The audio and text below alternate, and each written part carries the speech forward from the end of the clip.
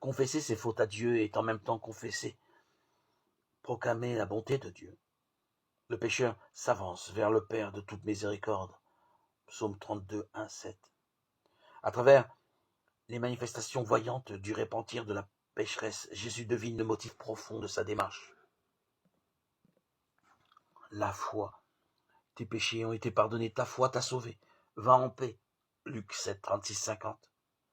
Demander à Dieu son pardon et vraiment reconnaître Dieu dans sa vérité de Dieu Père, celui qui donne et pardonne. Comment te traiterai-je? Mon cœur est bouleversé en moi. Je ne donnerai pas cours à l'ardeur de ma colère, car je suis Dieu et non pas un homme.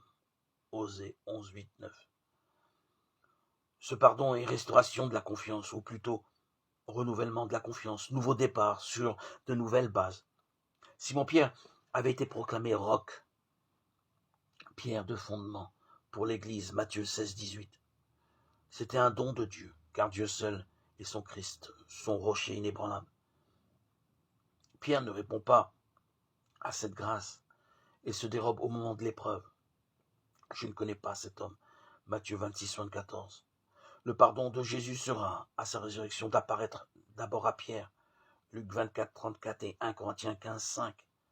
Et ensuite, de l'appeler de nouveau à affermir ses frères dans la foi, Luc 22, 31, 32 et Jean 21, 15, 17.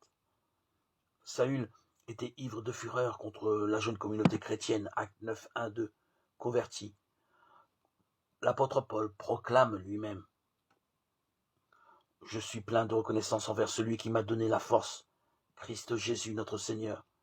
C'est lui qui m'a jugé digne de confiance en me prenant à son service. Moi qui étais auparavant blasphémateur, persécuteur et violent. Mais il m'a été fait miséricorde parce que j'ai agi par ignorance, n'ayant pas la foi. 1 Timothée 1, 12, 13.